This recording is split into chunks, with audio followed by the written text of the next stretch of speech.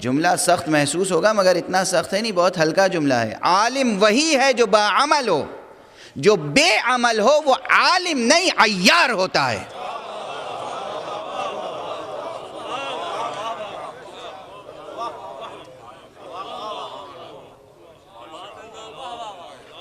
علم کا بے عملی سے کیا واسطہ ہے؟ علم کا بے عملی سے کوئی واسطہ نہیں۔ آج سے جو بحث شروع ہو رہی ہے، آج سے جو عنوان گفتگو ہے میرا، وہ علم اور عمل ہی سے متعلق ہے، اور اصطلاحاً اس کا عنوان ہے اجتہاد و تفقہ، تفقہ فی الدین، اجتہاد۔ اور ظاہر ہے کہ تشریف فرما ہیں وہ علماء اعلام جن کی موجودگی میں اس بحث کا لطف آئے گا۔ قرآن مجید میں اجتہاد اور تفقہ کی بنیادیں موجود ہیں۔ من جملہ ان رہنما کلمات کے ایک یہ مقام ہے جو میں نے آپ کے سامنے تلاوت کرنے کا شرف حاصل کیا۔ سورہ مبارکہ توبہ کی آیت ہے، 11ویں پارے میں ہے۔ سورہ توبہ 10ویں پارے سے شروع ہوتا ہے، 11ویں پارے تک پہنچتا ہے۔ 11ویں پارے میں تقریباً شروع ہی میں یہ آیت ہے۔ سورہ توبہ 9واں سورہ ہے قرآن مجید کا، اور اس کا وہ حصہ جو 11ویں پارے میں ہے، اس حصے میں 122ویں آیت ہے۔ یہ پوری آیت میں نے تلاوت بھی نہیں کی ہے، ایک پس منظر ہے، اور اس کے بعد یہ فقرہ آتا ہے فَلَوْلَا نَفَرَ مِن كُلِّ فِرْقَةٍ مِّنْهُمْ طَائِفَةٌ لِيَتَفَقَّهُوا فِي الدِّينِ۔ کیوں نہیں ایسا ہوتا کہ لوگوں میں سے ہر فرقے سے کچھ لوگ اٹھیں، سفر کریں اور مرکز علم تک پہنچیں، لِيَتَفَقَّهُوا فِي الدِّينِ، تاکہ وہ دین میں تفقہ پیدا کریں۔ ابھی میں نے تفقہ کا ترجمہ نہیں کیا ہے، آج کی پوری مجلس تفقہ کے ترجمے ہی میں صرف ہو جائے گی، تاکہ وہ دینی تفقہ پیدا کریں۔ اور پھر کیا کریں؟ تفقہ کا مقصد کیا ہے؟ صرف اسپیشلسٹ بن جائیں، قانون داں بن جائیں، فقیہ بن جائیں، مجتہد بن جائیں، بس اتنا ہی نہیں۔ وَلِيُنذِرُوا قَوْمَهُمْ إِذَا رَجَعُوا، اور پھر اپنی قوم کو ڈرائیں جب واپس آئیں، مرکز علم سے واپس آئیں تو قوم کو ڈرائیں۔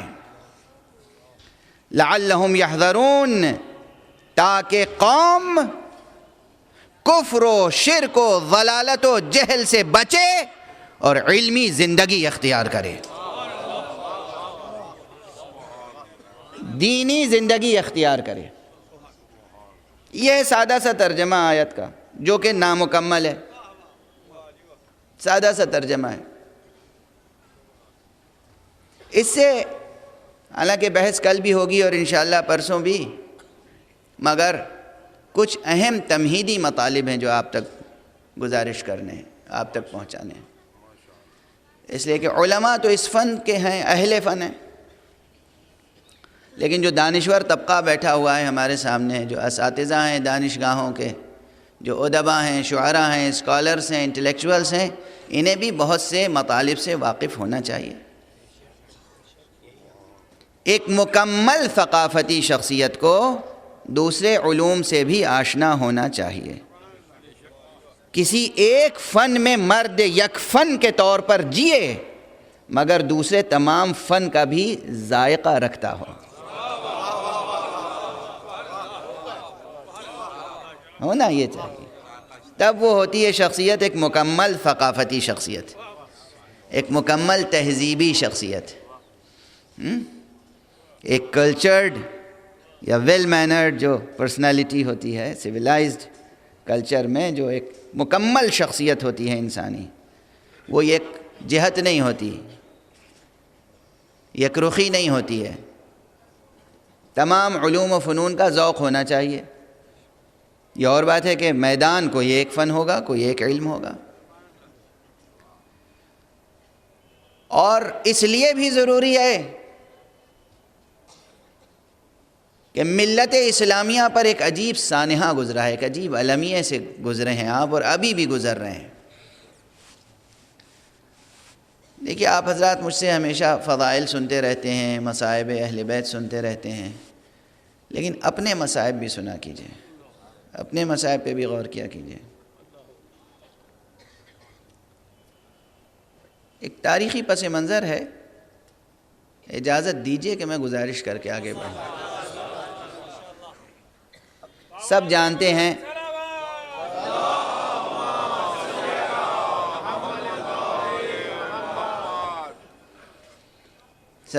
ہیں کہ یہ بر صغیر، پاک و ہند، یہ انگریزوں کی غلامی کے ایک دور سے گزرا ہے۔ اب اس دور میں بھی المناک پہلو بھی ہے، تابناک پہلو بھی ہے، دونوں ہیں۔ ہر دور کے کچھ فوائد ہوتے ہیں، کچھ نقصانات ہوتے ہیں۔ اب یہ دیانتدار مورخ کا کام ہے کہ وہ صحیح تجزیہ کرے۔ اگر مورخ غیر جانبدار ہے تو وہ بتائے گا کہ فوائد زیادہ ہوئے یا نقصانات زیادہ ہوئے۔ میں اس وقت تاریخ میرا سبجیکٹ نہیں ہے، تاریخ میرا موضوع نہیں ہے، میں تو صرف ایک تاریخی بیان کوٹ کر کے آگے بڑھ جاؤں گا۔ جب غلامی کا آغاز ہوا تو بر صغیر میں پہلے سے جو علمی نظام قائم تھا، جو بھی تھا، جیسا بھی تھا، ایک علمی نظام تھا۔ ہر گلی کوچے میں مکتب ہوا کرتے تھے، مدرسے ہوا کرتے تھے، علماء کے گھر مدرسے ہوتے تھے، مسجدوں میں درس ہوتا تھا، علمی معاشرہ تھا۔ میں اس کی تصویر کشی ابھی تک کسی مورخ کے قلم نے کی نہیں ہے آج تک۔ خالص اسلامی تہذیب اور ثقافت میں جو علمی کلچر پروان چڑھا ہے، اس کی تصویر کشی ابھی تک کسی خود مشرقی قلم نے نہیں کی ہے، اور مغربی قلم نے اگر کی بھی ہے تو وہ کتنی کر سکتے تھے۔ علماء کے گھر مدرسے ہوا کرتے تھے، مسجدیں مدرسے ہوا کرتی تھیں، مدرسے تو ہوتے ہی تھے مدرسے، اور مدرسوں میں ظاہر مسجد کے اپنے احکام ہیں، لیکن تفریق نہیں تھی انسان اور انسان کے درمیان۔ غور سے دیکھیے آپ تاریخ، انسان اور انسان کے درمیان کوئی تفریق نہیں ہوتی تھی، ایک ہی فرش مکتب پر سب بیٹھتے تھے، اور سب کو استاد ایک ایک بچے پر خصوصی توجہ دیتا تھا، اور پھر جوہر قابل نکھر کے سامنے آتے تھے۔ دیکھیں نا کیا کیا قاموسی شخصیتیں پیدا ہوئی ہیں مشرقی تہذیب کے دامن میں۔ جا کر دیکھیں، ایک میں مثال عرض کر رہا ہوں، پوری مشرقی تہذیب، اور خاص طور سے اسلامی مشرقی تہذیب، اسلامی مشرقی تہذیب، پوری دنیا کوئی ایک شخصیت لا کے دکھا دے خواجہ نصیر الدین طوسی جیسی، محقق طوسی خواجہ نصیر الدین، اپنے وقت کا سب سے بڑا ریاضی داں خواجہ نصیر الدین، اپنے وقت کا سب سے بڑا ماہر علم اخلاق خواجہ نصیر الدین، اپنے وقت کی سب سے بڑی اخلاقی شخصیت خواجہ نصیر الدین، اپنے وقت کا ایک نمایاں فقیہ خواجہ نصیر الدین، اپنے وقت کا ایک نمایاں اور عظیم عارف خواجہ نصیر الدین، اپنے وقت کا ایک بہترین مدبر اور سیاستداں خواجہ نصیر الدین۔ ایسا جینیس کوئی لے آ کے دکھا دیجئے مجھے، معصومین کی بات نہیں کر رہا ہوں، عزیزان گرامی، جوانان عزیز، بزرگان ملت، میری خواتین بھی یہاں آ کر سن رہی ہیں بیان کو، کل کیسی مائیں تھیں جنہوں نے خواجہ نصیر الدین طوسی جیسا بیٹا جنم دیا، آج کی مائیں خواجہ نصیر الدین طوسی کیوں نہیں جنم دے رہی ہیں؟ آپ کے سوچنے کی بات ہے، آپ کے سوچنے کی بات ہے۔ خواجہ نصیر الدین طوسی سیاسی تدبر بھی، سیاسی منصب بھی حاصل کیا، مسلمانوں کی، دانشوروں کی جانیں بچائیں، میں تو مثال عرض کر رہا ہوں۔ بہرحال یہ نظام تعلیم تھا جس میں ایک ایک بچے کا جوہر ابھارا جاتا تھا۔ بر صغیر میں بھی یہی تھا۔ انگریزوں نے آنے کے بعد سب سے پہلی خدمت یہ کی کہ وہ جو تعلیمی نظام و نیٹ ورک تھا اسے ختم کر دیا۔ 50 برس تک پورے بر صغیر میں کوئی منظم آرگنائزڈ باقاعدہ تعلیمی نظام نہیں تھا۔ کتنے برس تک؟ تاریخ دیکھیے، حوالے کی ذمہ داری میری ہے، میں یوں ہی نہیں عرض کر رہا ہوں۔ میں نے انڈیا آفس لائبریری میں کئی دن گزارے ہیں، میں نے برٹش لائبریری میں کئی دن گزارے ہیں، وہاں ڈاکومنٹس میں نے اپنی ان آنکھوں سے خود پڑھے ہیں۔ پھر عرض کر رہا ہوں 50 سال تک۔ اور ایک کتاب اگر پرانی لائبریریز میں مل جائے گی، اردو میں بھی ایک صاحب نے لکھی تھی، مسلمانوں کا روشن مستقبل، سید طفیل احمد صاحب مرحوم علی گڑھ کے اسکالر تھے، انہوں نے کتاب لکھی تھی اردو میں، اور اس میں بھی کوٹیشنز دیے ہیں انہوں نے۔ کسی نہ کسی پرانی لائبریری میں ہوگی، پنجاب پبلک لائبریری میں ہوگی۔ اتنی اچھی لائبریری آپ کے پاس یہاں موجود ہے، کاش کہ وہ ویل مینٹینڈ رہے۔ اس کتاب کو جا کر دیکھیں، 50 سال تک کوئی تعلیمی نظام نہیں تھا۔ 50 سال میں 2 نسلیں جوان ہو جاتی ہیں اور 1 یا 1.5 نسل بوڑھی ہو جاتی ہے۔ معمولی المیہ ہے یہ۔ اس کے بعد جو تعلیمی نظام انٹروڈیوس ہوا، اس تعلیمی نظام کی بنیاد کس پر رکھی گئی؟ کس پالیسی پر رکھی گئی؟ انسان دوستی پر؟ نہیں۔ ویلیو اورینٹڈ ایجوکیشن سسٹم یا تھیوری تھی؟ نہیں۔ جاب اورینٹڈ تھی؟ وہ بھی نہیں۔ ویسٹڈ انٹرسٹ اورینٹڈ تھی۔ انٹرسٹ کس کا؟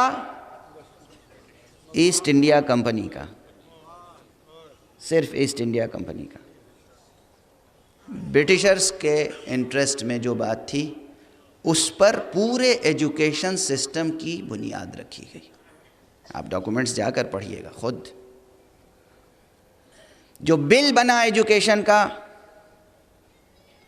وہ اس کی عبارت یہ تھی کہ بھئی اب کوئی نہ کوئی نظام تعلیم بھی قائم کرنا ضروری ہے، ورنہ تاریخ میں ہمارا نام بہت سیاہ حرفوں سے لکھا جائے گا کہ انہوں نے اتنے بڑے ملک پر حکومت کی اور کوئی تعلیمی نظام نہیں دیا۔ توجہ رکھیے گا۔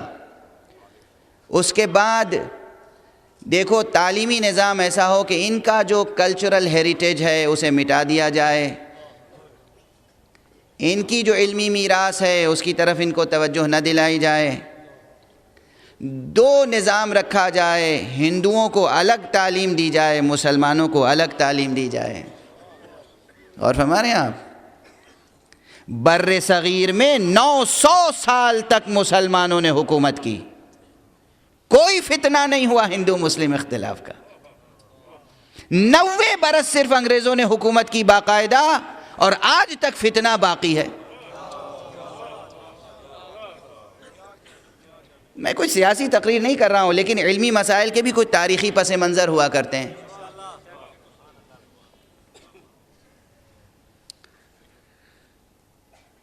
اب ہندوؤں کو الگ تعلیم دی جائے گی، مسلمانوں کو الگ تعلیم دی جائے گی، جبکہ توجہ رکھیے گا، جبکہ جو بر صغیر کا معاشرہ تھا اس میں بھی بڑی دلچسپ بات ہے، یہاں کوئی نہ کوئی بزرگ ایسا ہوگا جو تصدیق کرے گا کہ لفظ مولوی جو ہے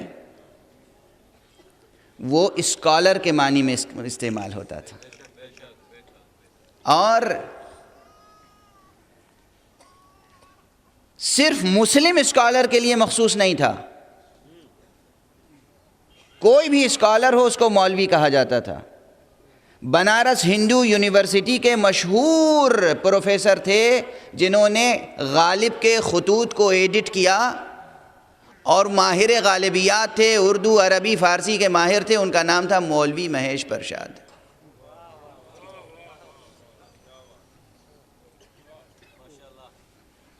یہ لاہور میں یہ نسخہ مل جائے گا آپ کو، خطوط غالب کا وہ نسخہ جو مولوی مہیش پرشاد نے ایڈٹ کیا ہے مل جائے گا آپ کو۔ اور یہ ایک نام نہیں ہے، بہت سے اور نام تھے۔ یعنی ایسا کلچر تھا، اسکالر کو مولوی کہتے تھے، مولوی کہتے ہی تھے اسکالر کو۔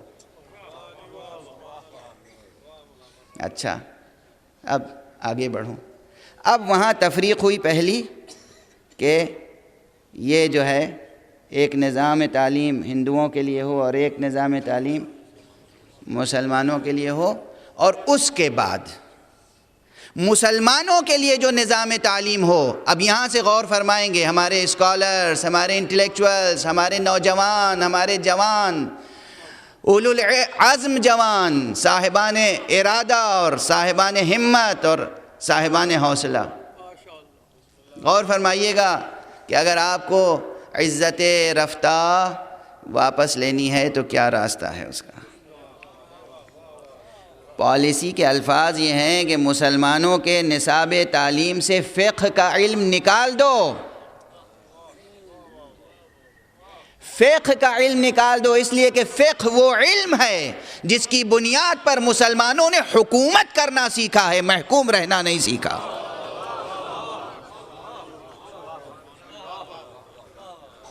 اس لیے نظام تعلیم میں، نصاب تعلیم میں فقہ ہٹا دو۔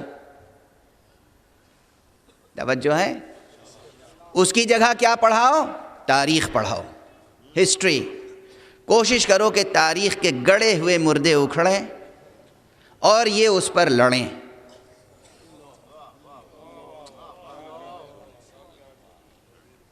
کوشش یہ کرو کہ تاریخ پڑھائی جائے اور تاریخی اختلافات ابھارے جائیں۔ اب بس یہاں پر گفتگو روک کر میں عرض کر رہا ہوں کہ ذرا آپ اپنا ذوق آج ہر ایک خواتین اور حضرات جو سامنے تشریف فرمائیں وہ غور فرمائیں۔ ہر سوال و جواب کی نشست میں میرے پاس جو سوالات آتے ہیں 90% سوالات تاریخی ہوتے ہیں۔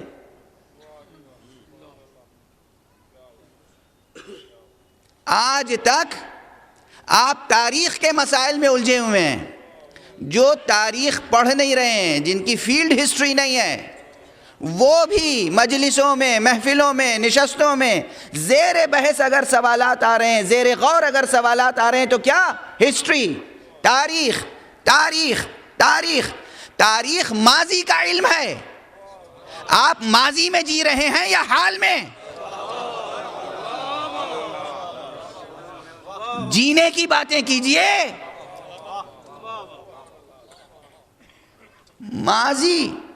ماضی جو وجود نہیں رکھتا آج، غور سے سنیں، ماضی وجود نہیں رکھتا۔ جو چیز وجود رکھتی ہے وہ بس حال ہے، یا جس چیز کی امید پر جی رہے ہیں وہ مستقبل ہے۔ حال کا لمحہ، حال کی سختیاں اگر برداشت کر رہے ہیں تو مستقبل کی امید میں۔ تاریخ مستقبل کا علم نہیں، ماضی کا علم ہے۔ تاریخ کی ایک افادیت ہے، بہت معمولی سی افادیت، بہت معمولی سی افادیت، اس کا ایک دائرہ کار ہے، ایک دائرہ اثر ہے، کچھ ثمرات ہیں اس کے۔ لیکن ماضی کی تاریخ زندگی کو نہیں سنوار سکتی۔ جو موضوع میں نے انتخاب کیا ہے اس کی اہمیت کو سمجھیں۔ تاریخ ماضی کا علم ہے. آپ زندگی ماضی میں نہیں بسر کر رہے ہیں. ماضی میں فلاں صاحب گزرے تھے, ان کی کتنی اولادیں تھیں, ان کی کتنی بیویاں تھیں, ان کی والدہ کا نام کیا تھا, ان کی زوجہ کا نام کیا تھا, ان کا انتقال کس سن میں ہوا, کس تاریخ میں ہوا. اچھا یہ معلوم ہو جائے گا تو آپ کی زندگی کتنی سنور جائے گی.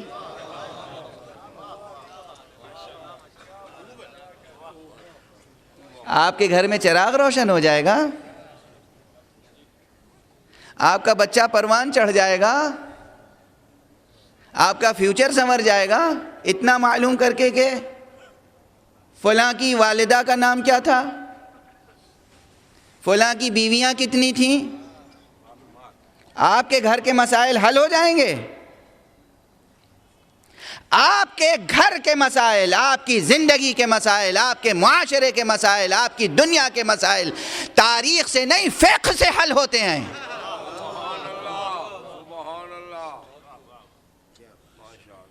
فقہی شعور ختم ہو گیا ہماری ملت سے, بلکہ ایک طرح سے فقہا سے بیزاری پیدا کر دی گئی, شریعت سے دوری پیدا کر دی گئی. کسی نے سیاست کر کے شریعت سے دور کیا آپ کو, اور اب ایک پورا طبقہ پیدا ہو گیا ہے جو ماشاء اللہ سو کال تصوف اور معرفت کے نام پر شریعت سے دور کر رہا ہے.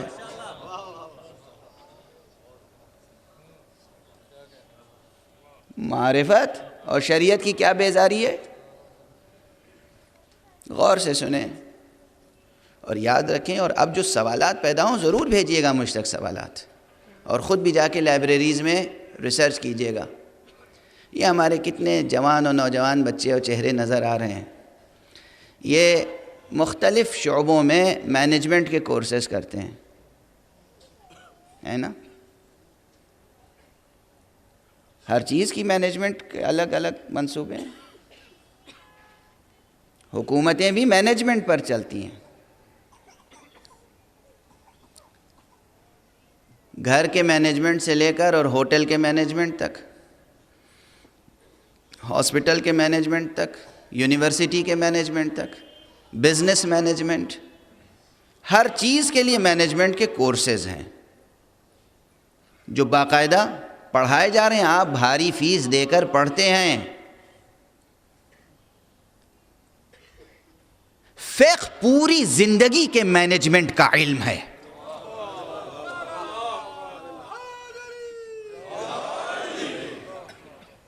ولادت سے لے کر وفات تک.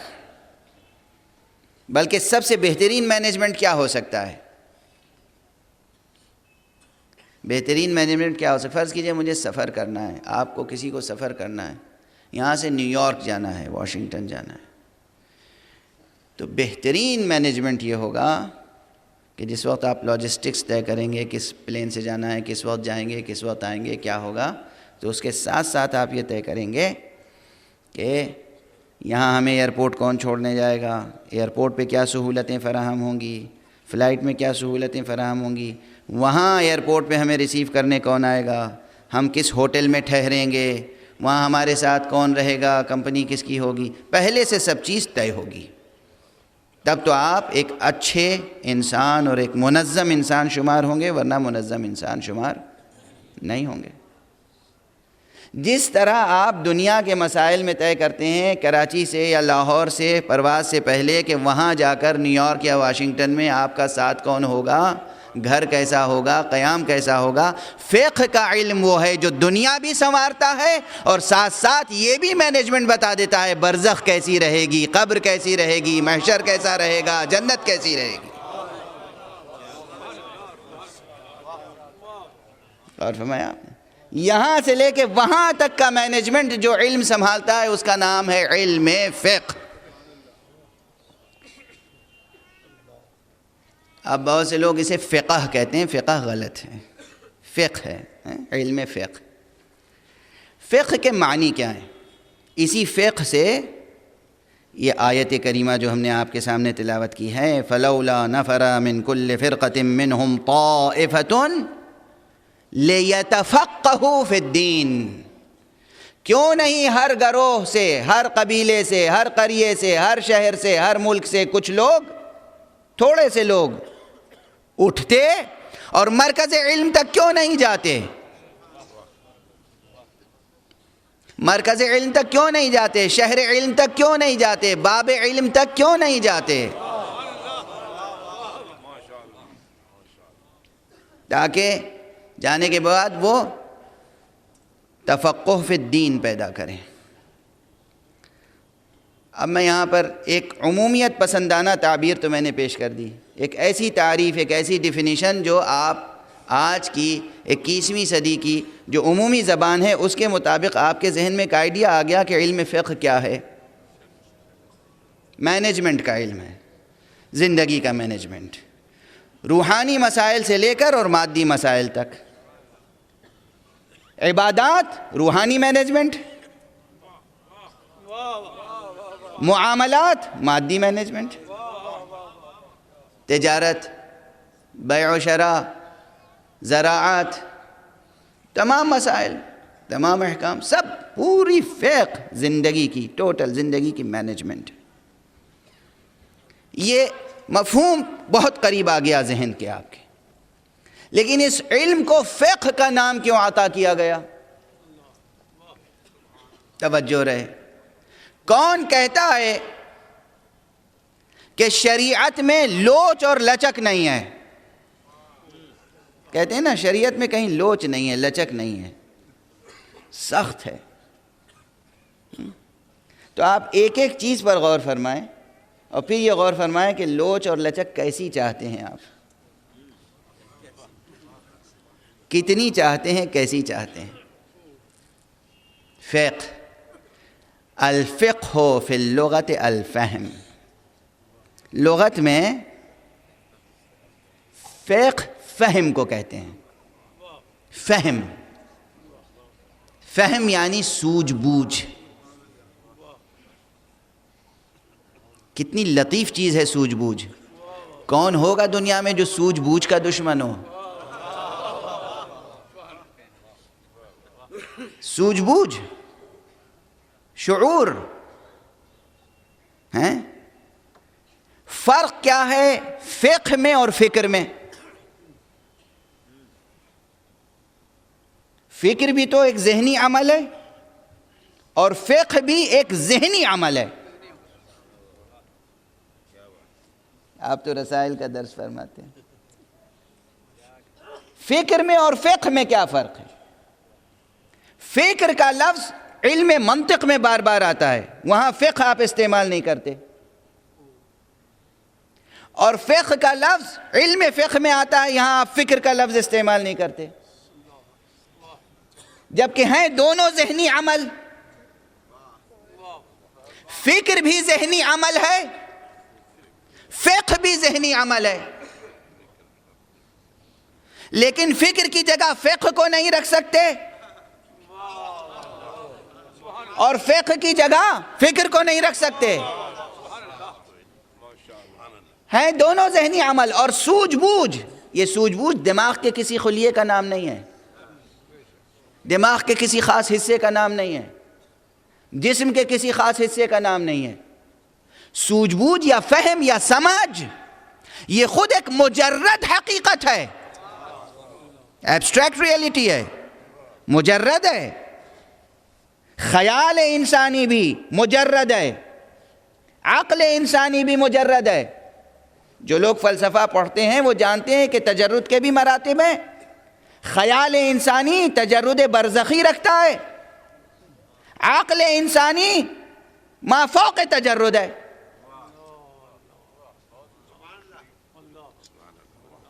ایسا ہی ہے، میں سبق سنا رہا ہوں اور یہ کہہ رہے ہیں ہاں صحیح سنا رہے ہو۔ ایک صلوات پڑھ دیجئے محمد۔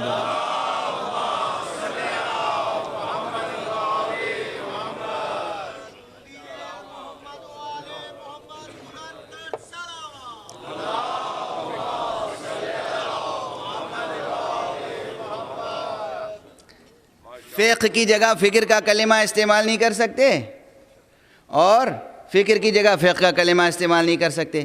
اس کی وجہ یہ ہے کہ فکر صرف ذہنی عمل ہے. جب تک علم فکر کے سانچے میں رہتا ہے، جب تک علم صرف فکر کی حد تک رہتا ہے، اس میں قیام کی صلاحیت نہیں ہوتی.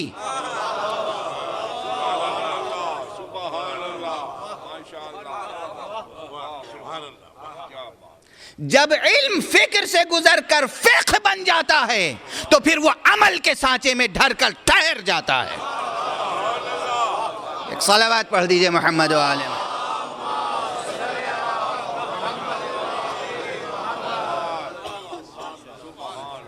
دوسری تعبیر،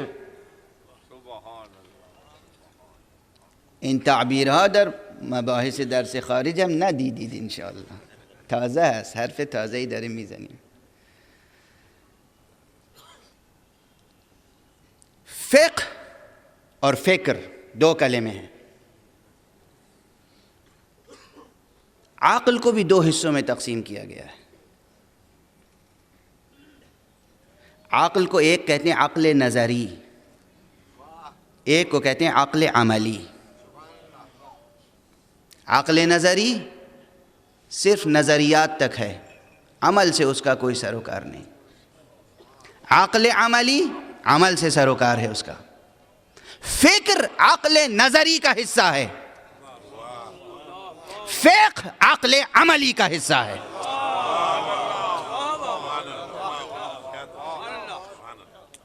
فکر عقل نظری کا حصہ ہے. منطقی بہک سکتا ہے، فقیہ نہیں بہک سکتا.